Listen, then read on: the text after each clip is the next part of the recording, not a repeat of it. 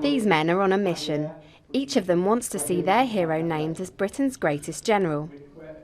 In January, the National Army Museum in Chelsea opened an online poll to find out who the public thought were the best generals of all time. Once the votes were in, the top 5 generals were put forward for a day of debating, with a famous historian championing the case for each one. So who were the contenders? Oliver Cromwell, the man who took on the monarchy and changed the power of Parliament forever. Because he's not only the founder of the British Armed Forces as we know them today, but also in many ways he's left us a legacy of religious toleration. The Duke of Marlborough. His decisive victories at Blenheim and Ramillies stopped the advance of the French.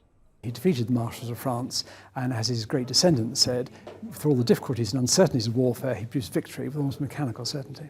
The Duke of Wellington. A century later, this general was also crushing the French at the Battle of Waterloo. The Duke of Wellington was an extraordinary man. His sureness of foot, his marvellous eye for the detail for the ground, his sense of timing, always won through. Douglas Haig, the most controversial of all the entries, either respected or vilified for his role in the First World War. Because of the nature of the task that Haig had to achieve, it surpasses that of the other contenders in the list in terms of the scale of the war that he was engaged in and the scale of the victory that he achieved over his opponents. And Bill Slim, the forgotten general of the forgotten war in Burma.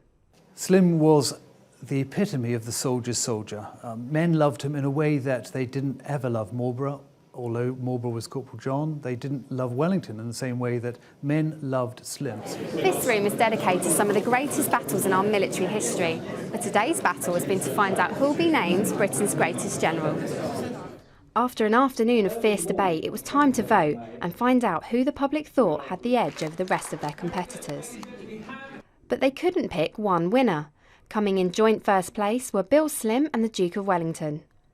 The key thing about Wellington was that, unlike all the other people we're talking about, he played the vital role in undermining a threat to this country that was incomparable. Slim, for many, many years, has been the forgotten general of the forgotten army. People don't know who Slim is. They aren't aware of his extraordinary achievements. And this tremendous vote today places him on his rightful pedestal. Outmanoeuvred at every turn. The two winners may seem worlds and centuries apart, but both men were recognised for the way they changed military techniques and helped form the British Army we have today. Ali Gibson, Forces News, London.